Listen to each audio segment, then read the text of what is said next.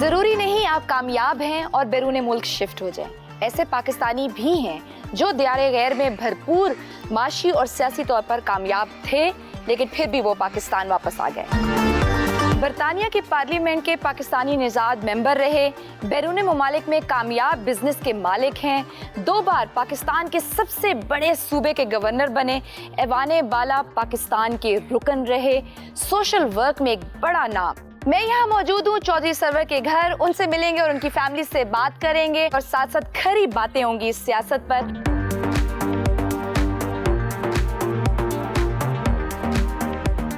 अस्सलाम वालेकुम, कैसे हैं आप? अल्लाह का शुक्र, आप ठीक हैं? अल्लाह का शुक्र, ठीक ठाक। थैंक यू, आप लोगों ने हमें टाइम दिया।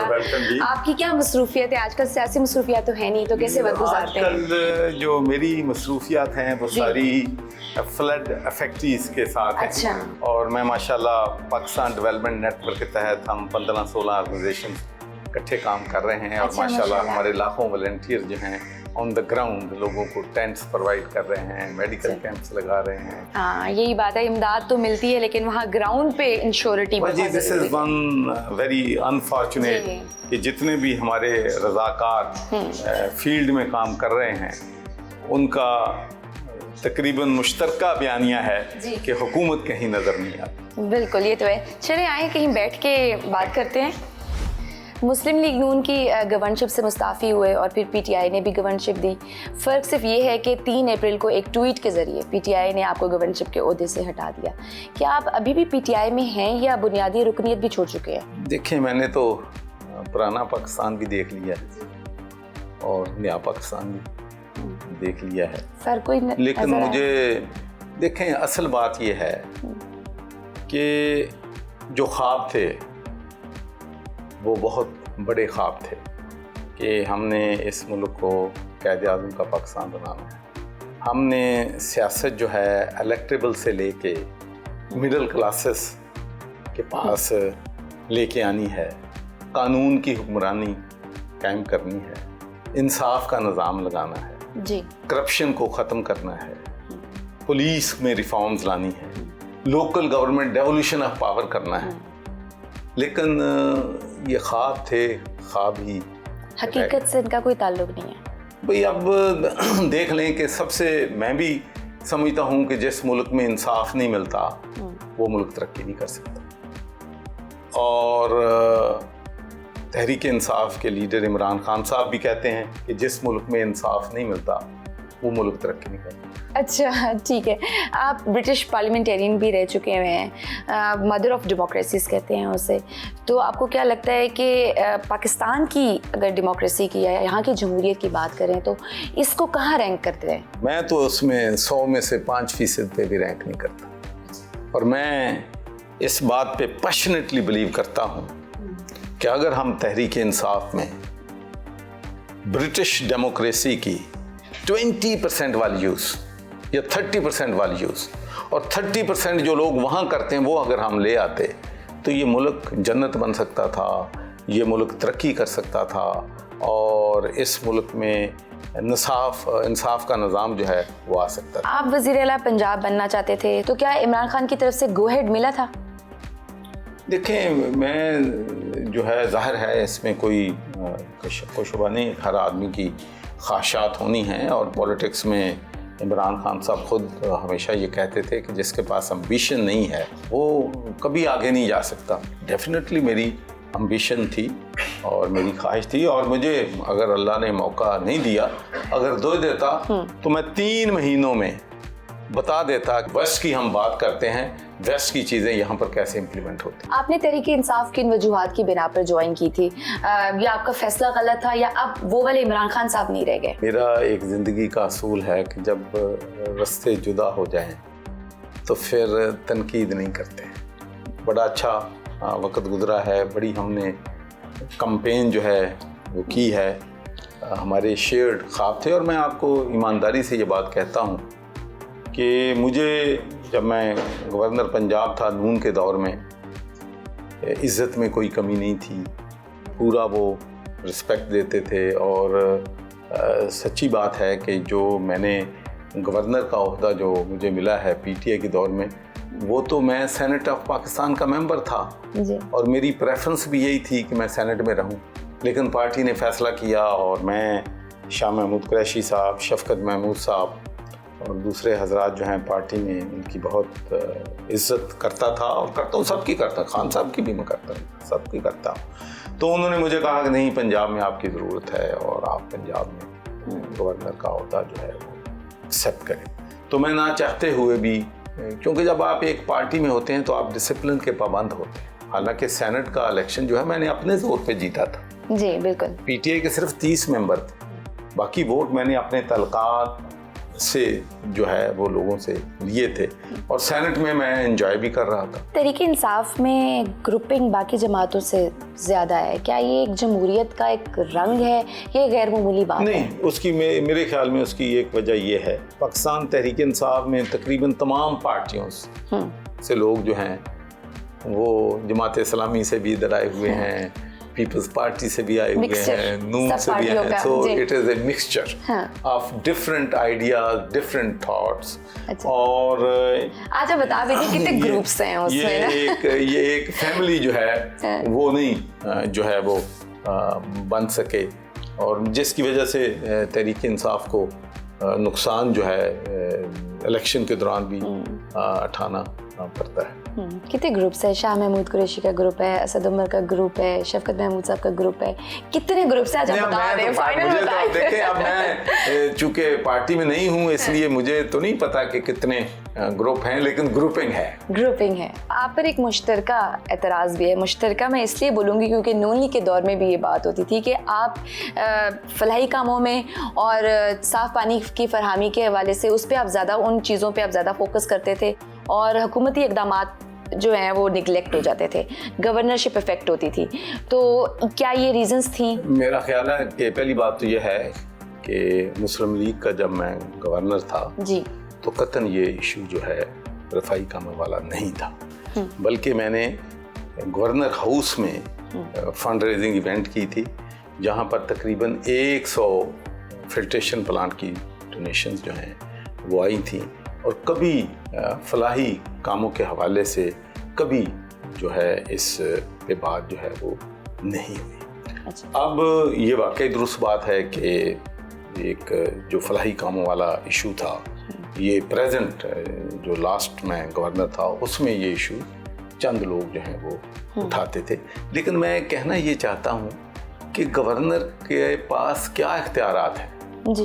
गवर्नर का काम सिर्फ यूनिवर्सिटीज़ का चांसलर है और मैंने यूनिवर्सिटीज़ में पाकिस्तान की तारीख में ये पहला मौका है कि यूनिवर्सिटीज़ के जो वाइस चांसलर्स हैं वो मैंने मेरिट पे 100% लगाए हैं और जिससे अब हमारी यूनिवर्सिटियां दुनिया की 500 यूनिवर्सिटियों में शामिल हो गई और वहाँ पर जो एक्टिंग वाइस चांसलर लगे हुए थे, रोज़ उनमें बरादरी बेसिस पे आपस में लड़ाइयाँ होती थी, तो वो सारी मैंने ख़त्म की। उसके बाद मैंने तमाम यूनिवर्सिटी में कुरान पाक की जो तालीम है उसको मैंने जो है कंपल्सरी किया ताकि हमारे बच्चे जो हैं वो हमारे इस्लामी असूल जो हैं, हमारे जो इस्लाम है उसके बारे में आगाही जो उनके साथ होगी, तो ये पढ़ाई के साथ साथ उनकी ट्रेनिंग जो है वो भी हो जाएगी। तो उसके बाद बाकी तो मेरे पास फाइलें आती हैं और मेरा ख्याल है कि मैं वाहिद गवर्नर हूँ जिसमें 48 आवर से ज़्यादा फाइल मेरे डेस्क पे थी। जब मैं 2013 में गवर्नर बना था तो मेरे पास 2003-4 से 10 साल पुराने केसेस थे जो कि मैंने एक साल में 6 महीनों पे ले आया। सैकड़ों केसेस नहीं, हज़ारों केसेस के मैंने फैसले किए। अब भी जब भी मेरे पास कोई केस आता है तो मैं स्पीडी उस पर कदम करता हूँ। तो भाई जो गवर्नर का ओहदा है, जो जैसे बरतानिया में लॉर्ड मेयर का ओहदा है, जो कॉन्स्टिट्यूशनल ओहदा होता है, उनका काम ही रफाही कामों की सरपरस्ती करना होता है।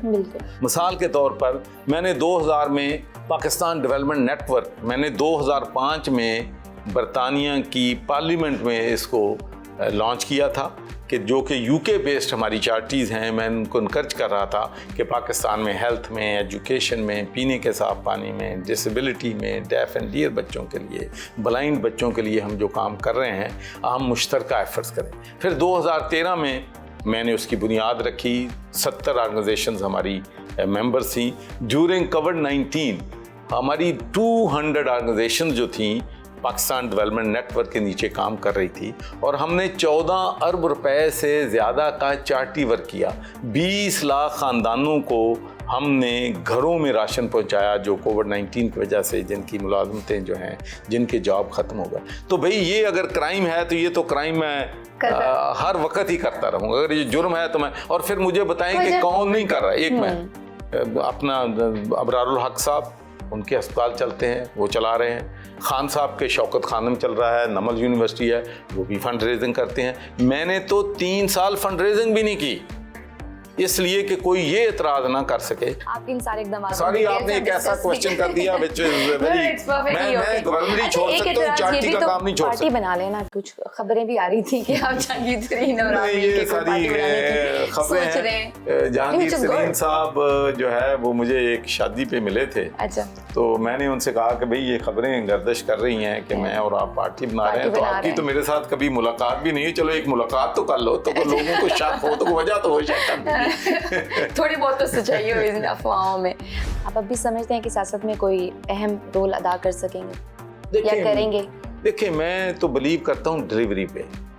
तो मैंने हमेशा जो है, अब मेरे पास कोई ओहदा तो नहीं है, लेकिन आज भी बेल्जियम में यूरोपियन पार्लियामेंट में मेरा एक जो है दोस्त, वो अब भी लॉबी कर रहा है पाकिस्तान के GSP प्लस के लिए। असल बात यह है कि इस मुल्क में लोग अप्रिशिएट नहीं करते।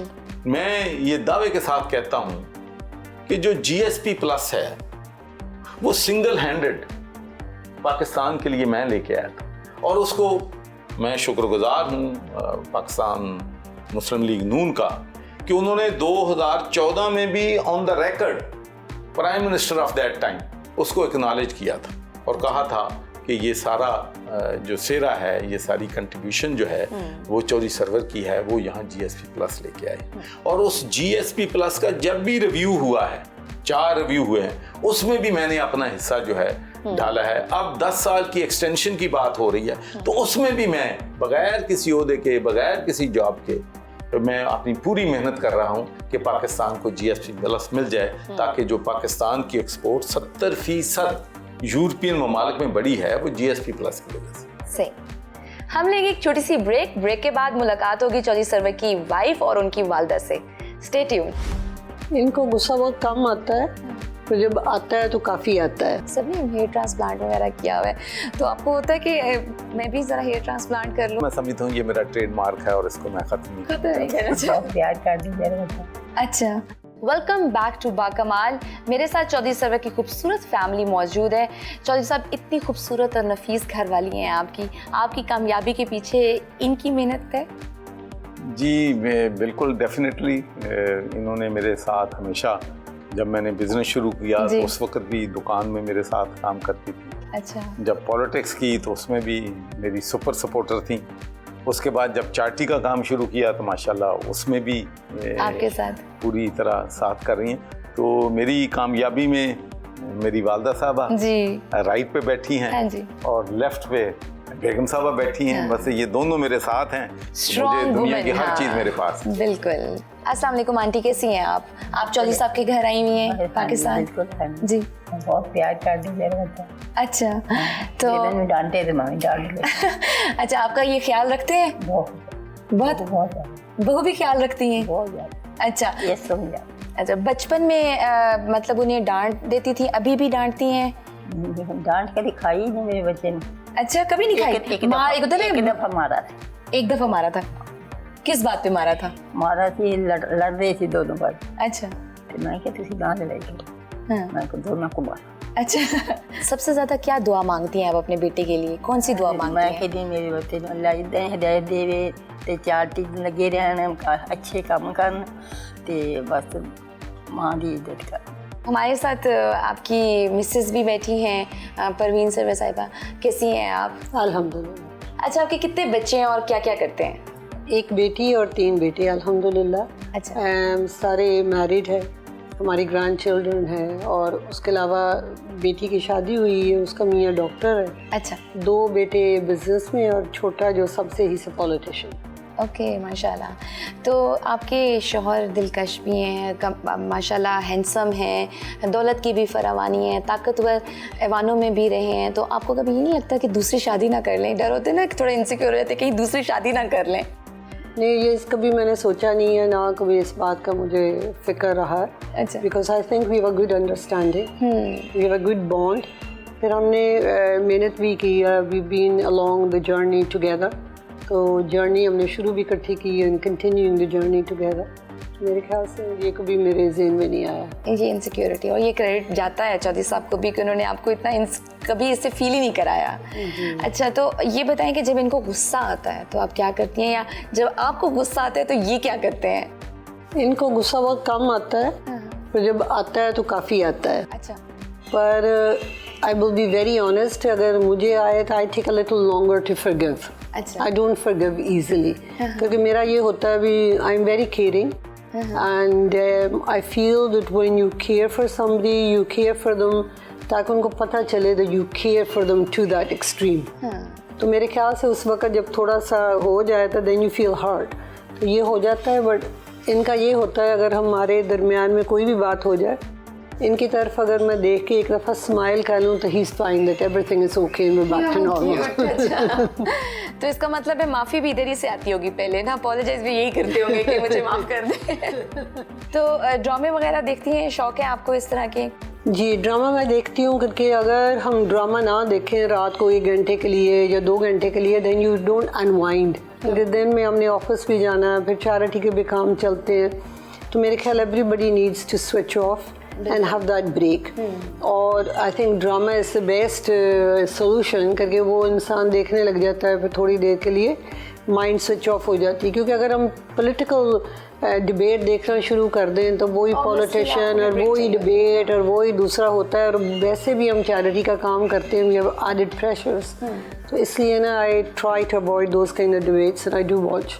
माशाल्लाह आपने काफ़ी मकाम, आप दोनों ने चैरिटी में बहुत मकाम बनाया है, तो आजकल आप क्या कर रही हैं? आजकल अभी तो हमारा फोकस है ऑन द फ्लड विक्टिम्स। अच्छा, तो हम दोनों ने डिवाइड कर लिया, अब इन्होंने क्या करना तो मैंने क्या करना है, क्योंकि इन्होंने बनाया था पाकिस्तान डेवलपमेंट नेटवर्क, और उसके साथ साथ there are about 200 organisations, but 15 organisations इकट्ठे मिलके काम कर रहे हैं, उनमें एक सबर फाउंडेशन भी है। अच्छा। तो जो हमारा राशन का डिस्ट्रीब्यूशन है वो सारा सबर साहब ने भी कहाँ जाना है, कौन सी जगह पे हमने पहुँचाना, he took care of that side of it.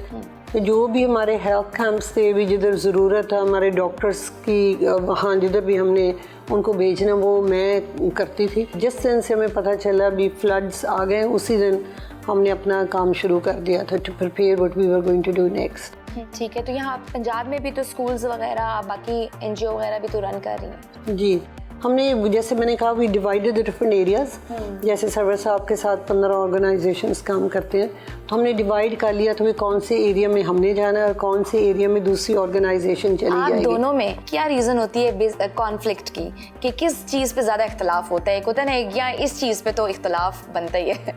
ज़्यादा हमारा ये होता है, सरवर साहब इज़ ऑलवेज बिजी, इन्होंने ज़ाहिर आ करके लोग घर में भी आ जाते हैं, बाहर भी इन्होंने जाना है, फिर लोगों को मिलना मिलाना है, फिर इन्होंने जिम भी शुरू कर दी। अच्छा। तो यहाँ कोई भी नहीं रहता, बच्चे सारे बाहर रहते हैं। हाँ। तो मैं ऑफिस चली जाती हूँ, फिर दोबारा घर आ जाती हूँ, तो मुझे होता भी चलो कम से कम इंसान आधा घंटा पौना घंटा खुद बैठे बात करे, कभी कभार खाना घर पे भी इकट्ठा खा ले और कभी कभार बाहर भी चला जाए, तो वो उस पर हमारी बात होती नहीं। तो वरना ना हमारी घर के हवाले से वो मेरा जैसे दिल करे मैं घर को मैनेज कर लेती हूँ। अच्छा। तो उसके अलावा चैरिटी के हवाले से भी अगर कोई बात हो भी discuss it with one another, तो हमारा ज़्यादा यही होता, नहीं तो वरना और कोई चीज़ों पे नहीं होता। अच्छा, कोई फरमाइश वगैरह करते हैं पर्टिकुलरली किसी ख़ास मौके पे, कुछ खाने की फरमाइश, या इवन ड्रेसिंग में भी वो आपसे कोई ऐसा पर्टिकुलर मौका हो कि फरमाइश करें कि ये ड्रेस जो है ना आप पहने?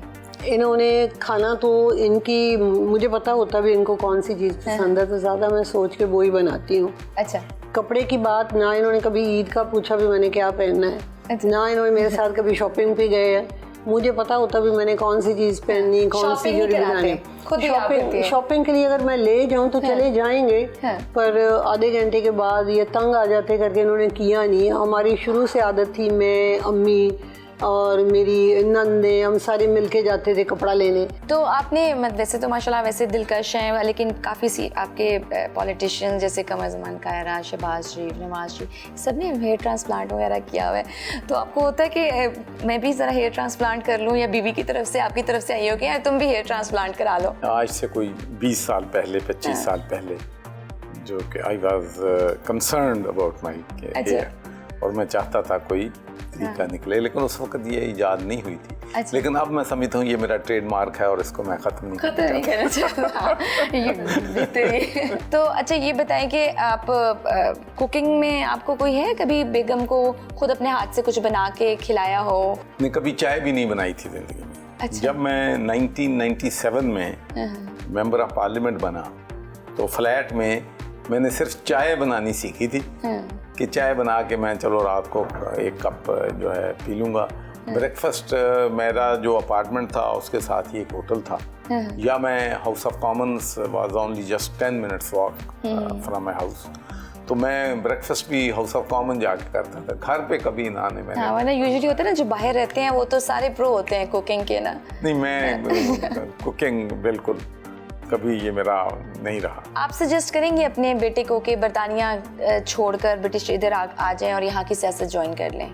नहीं, कभी भी नहीं कहूँगी, इसलिए क्योंकि दरअसल डेमोक्रेसी जो दूसरे मुल्कों में है जो इधर नहीं है। अच्छा, आपके दूसरे बेटे भी यहाँ पाकिस्तान में ही होते हैं? पाकिस्तान में तो उनके पास भी जाती हैं रहने? मैं जाना उसके पास भी न थे रहंदा ना, इत्थे मैं 2 वीक उठे रहना। अच्छा, 2 वीक उधर रहेंगे? 2 वीक इत्थे हुई हैं, फिर मुड़ के दोबारा इत्थे 2 वीक रह के फिर मैं वापस चली जाएंगी? 6 वीक। अच्छा, माशाल्लाह। चलें, आप लोगों से मिलके इतना अच्छा लगा है, इतनी खूबसूरत फैमिली है। अल्लाह ताला आपका साया कायम रखे। बहुत बेटे मेरे अच्छे हैं, बहुत अच्छी हैं, बड़े लोग। माशाल्लाह।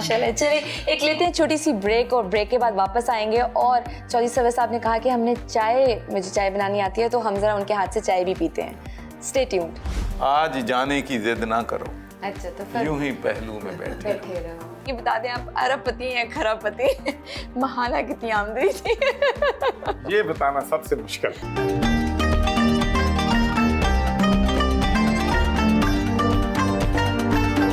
Welcome back to Baakmaal. हम चाय की टेबल सज गई हुई है। चौधरी साहब ने ये आपने चाय बनाई है? सी बताइएगा। जी, बनाने की कोशिश करता हूँ। अच्छा। और अभी पिलाता हूँ। आपने, मेरा ख्याल है इम्तिहान लेना शुरू कर दिया आपने मेरा फौरन। तो मेरा ख्याल पहले मैं बना लेता हूँ, अम्मी को बना के देता हूँ। जी, वाकई उतनी बेहतरीन दम वाली चाय है जैसी आप बनाते हैं? नहीं, वो नहीं हो सकती। मैंने सुना है कि आप पंजाबी बड़ी अच्छी बोल लेते हैं। चाय सर्व कर दूँ? जी। तो ये जी, थैंक यू सो मच। और दूध और शुगर, जी, चूँकि ये हर बंदा जो है अपनी मर्जी होती है, हाँ, दूध ज़्यादा डाल, तो वो मेरा ख्याल आप अपना चॉइस ले लें। थैंक यू सो मच, वो मैं ले लेती हूँ। और चीनी तो वैसे हम नहीं पीते। जी, सुनाइए कोई पंजाबी में। जी, मैं आपको 2 शेर सुनाता हूँ। जब मेरी लाइफ के डार्केस्ट डेज थे, जब मैं मेंबर ऑफ पार्लियामेंट बना था और मेरे खिलाफ बहुत से अदारे, बहुत से institutions, all anti Muslim forces were united to destroy my political career, तो मुझे उस वक्त लोग, बहुत मुश्किल वक्त था, तो कोई सवाल पूछते थे। मैंने कहा कि भाई मैं लंबा चौड़ा तो मैं कोई जवाब देने की पोजीशन में नहीं हूँ। अच्छा। लेकिन मैं 2 शेर उनको सुनाता था। अच्छा। ये पहला ये सुनाता था कि 1-2 जख्म नहीं, जिस्म सारा है छल्ली, दर्द बेचारा परेशान है कि कहाँ से उठे। वाह वाह। और दूसरा मैं उनसे कहता था, अब हवाएं ही करेंगी रोशनी का फैसला, जिस दिए में जान होगी वो रह जाएगा। वाह। तो मेरा ख्याल है मेरा मैसेज उन तक पहुंच जाता था कि कितनी मुश्किल है। तो बाकी ये गल पंजाबी दी तो सारी दुनिया नूं जाननी चाहिए है, दुश्मन मरे दी खुशी ना करिए ते सजना मर जाना है। तो बाकी जेड़ा मैनू गाना पसंद है, आज जाने की जिद ना करो, अच्छा, तो फिर यूं ही पहलू में बैठे रहो। Dedicated to Mrs Chaudhary. Dedicate एक होर कर देने। कभी कभी मेरे दिल में ख्याल आता है कि जैसे तुझको बनाया गया है मेरे लिए। वाह वाह। अच्छा, ये चौधरी साहब हैं, तो आपको यूजुअली चौधराइन साहिबा कह के कोई बुलाता है?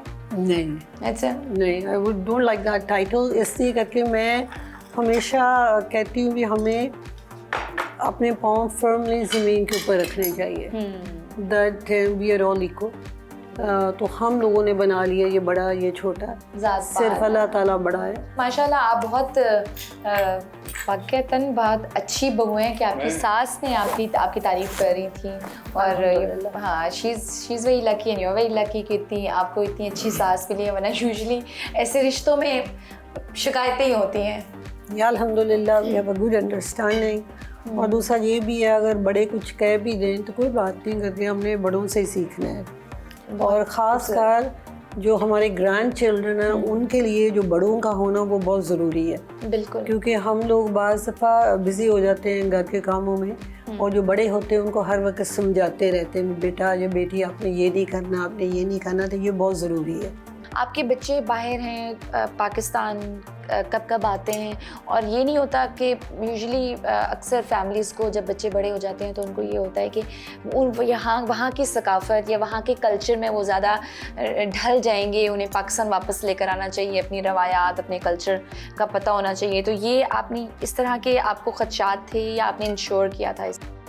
जब हम वहाँ रहते थे तो हमारी जितनी भी छुट्टी थी हम पाकिस्तान में गुजारते थे, क्योंकि हमें ये था कि उनको हमारे दीन का, हमारी ज़बान का उनको पता चले। अच्छा। और जब बचपन में मैंने अपने बच्चों को कुरान पाक के लिए हाफ़िज़ लगाया हुआ था जो घर आता था। अच्छा। और उर्दू स्कूल वीकेंड्स में बच्चे जाते थे, और अक्सर हम वीकेंड्स में उर्दू फिल्म्स देखते थे। अच्छा। ताकि बच्चों को पता चले ज़बान का रहे। और घर में हम पंजाबी में बात करते, घर में हम पंजाबी में बात करते थे।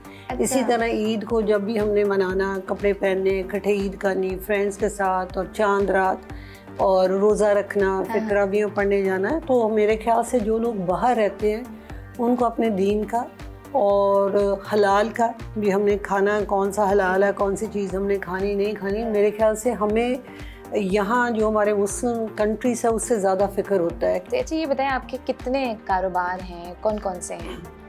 अच्छा, आपको ये भी बताना पड़ेगा। मैंने जब काम शुरू किया तो मेरे भाई छोटे चौधरी रमज़ान साहब, उनकी एक दुकान थी। अच्छा। तो उसमें मैंने एज ए शेल्फ पैकर काम जो है वो शुरू किया। परवीन भी आती थी, ये टेल पे खड़ी हो जाती थी, हम शेल्फ पैक करते थे। और शेल्फ करने के फिर 6 बजे दुकान बंद होती थी। फिर हमने कैश इन कैरी उसको बोलते हैं, जहाँ से हम सामान खरीदते थे अपनी दुकान के लिए। तो रात को उधर वहाँ जाना, सामान लेके फिर दुकान में उतारना, तो बहुत टफ टाइम्स थे। तो एक तो हमारा कैश एंड कैरी का बिजनेस है। अच्छा। जिसमें हम जो है दुकानें जो हैं उनको सामान सप्लाई करते हैं, और हमारे तकरीबन 400 के करीब फ्रेंचाइजी हैं जिनको हम डे टू डे कहते हैं। अच्छा। वो हमारे माशाल्लाह जो है वो हमारे कस्टमर भी हैं, और भी लोग आते हैं, लेकिन उनके साथ हमारा फ्रेंचाइजी है, हमारा लोगो, हमारी मर्चेंडाइज, हमारी स्पेशल ऑफर्स हम उनको गाइड करते हैं। फिर उसके अलावा हमारा एक फार्मेसी की चेन है। अच्छा। जिसमें हम जो है दवाइयाँ जो हैं वो दवाखाना जिसको यहाँ आप कह सकते हैं फार्मेसी। और फिर हम फास्ट फूड में हैं। अच्छा। ये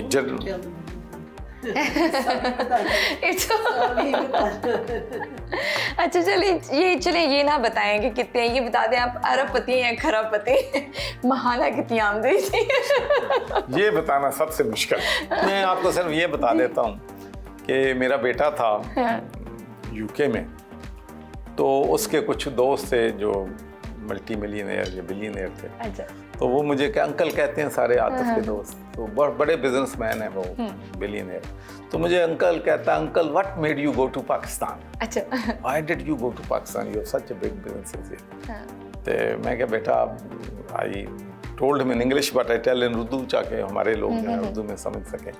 तो मैंने उससे कहा कि भाई आप बिलियनेयर हैं, मुझे भी बिलियनेयर बनने का शौक था। अच्छा। तो मैंने ये सोचा कि बरतानिया के पाउंड्स में तो बिलियनेयर नहीं बन सकता, लेकिन रुपयों में मैं बन सकता हूँ, इसलिए मैं पाकिस्तान चला गया वो हंस के। चलिए ठीक है, अब मैं इजाज़त चाहूँगी आपसे और आंटी से, आप दोनों से मिलकर इतना अच्छा लगा है। और सर हम आपके ऑफिस चलते हैं, वहाँ मज़ीद गुफ्तगू का सिलसिला जारी रखते हैं।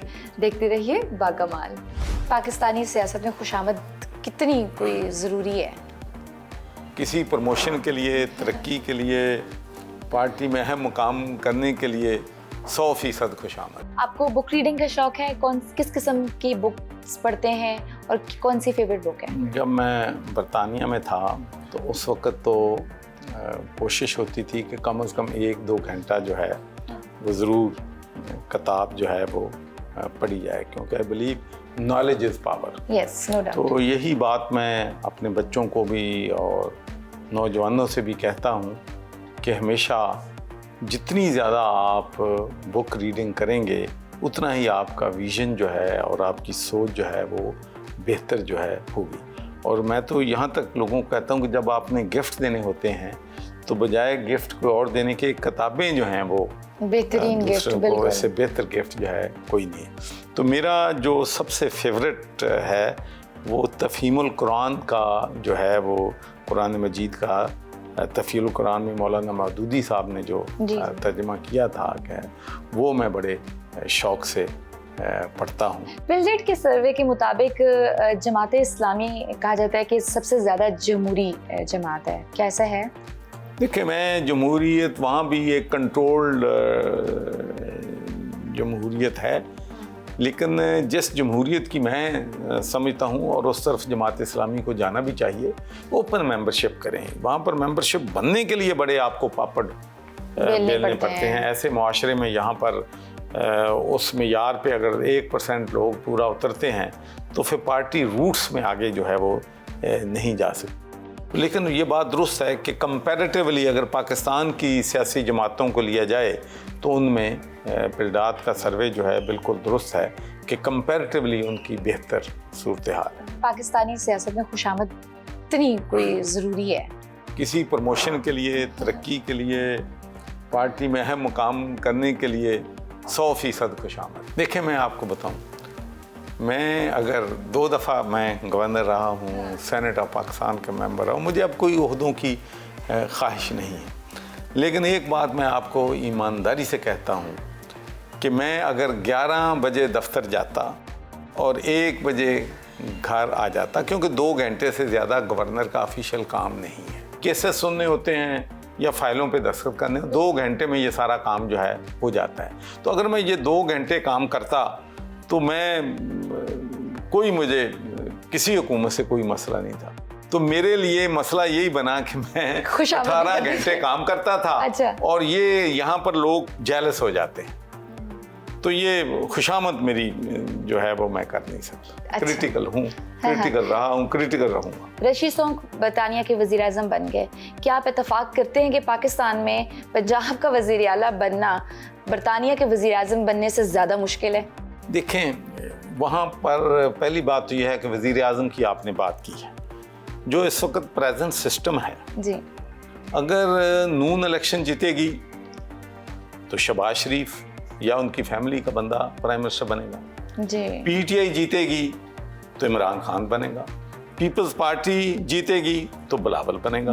तो यहाँ पर तो पूरे जो सिस्टम है, सेटअप है पाकिस्तान का प्रेजेंट, उनमें सिर्फ 3 लोगों का चांस है प्राइम मिनिस्टर बनने का। तो वहाँ पर सिर्फ कंजर्वेटिव पार्टी के 8 जो हैं प्राइम मिनिस्टर पिछले 10 सालों में तब्दील हो चुके हैं, जबकि वो हुकूमत में है। तो इसलिए पाकिस्तान में बनना तो मुमकिन नहीं है। बरतानिया में अपने टैलेंट पे कोई भी बन सकता है, प्राइम मिनिस्टर भी बन सकते हैं, वज़ीर आला यहाँ बनना मुमकिन नहीं है। आम पढ़ा लिखा मिडिल क्लास बंदा ये नहीं सोच सकता कि मैं प्राइम मिनिस्टर बन सकता हूँ, मुझे पता है कि उसके पास उतने वसाइल नहीं है। जब तक उसके पास पैसा नहीं है वो नहीं बन सकता। मुझे पहली बात तो ये बता दें कि अब पाकिस्तान में जो जमहूरियत है, जो सूरत हाल है, उसमें आप चेयरमैन का इलेक्शन नहीं जीत सकते जब तक आपके पास 50 से 1 करोड़ रुपया नहीं है। एमपीए का इलेक्शन आप नहीं सोच सकते लड़ने का जब तक आप 5 से 10 करोड़ रुपया खर्च नहीं कर सकते। एमएनए का इलेक्शन आप नहीं लड़ सकते जब तक 10 से 20 करोड़ रुपया नहीं खर्च करते। मुझे बताएं कि पाकिस्तान में कितने लोग हैं, कितने फीसद लोग हैं जिनके पास इतनी रकम है इलेक्शन लड़ने की। तो जब लोग 10 करोड़ रुपया लगा के आएंगे तो वो अपनी जेब से पागल है जो लगा के आएगा। वो 10 लाख लगाते हैं, वो कहते हैं हमने 40 कमाना है। 30 जेब में रखेंगे, 10 करोड़ जो है फिर अगले इलेक्शन में फिर खर्च कर। तो ये सिस्टम को आपको तब्दील करना पड़ेगा। चेहरे तब्दील करने से आपका मसला हल नहीं होगा। सिर्फ 2% लोग हैं पाकिस्तान में जो इलेक्शन लड़ने की कैपेसिटी रखते हैं। तो कैसे आप कहते हैं कि आपके मुल्क में जमहूरियत आ गई? चौधरी साहब, चलते हैं हम आपकी सरवर फाउंडेशन की तरफ और वहाँ का भी राउंड लगाते हैं कि क्या काम कर रहे हैं आप लोग।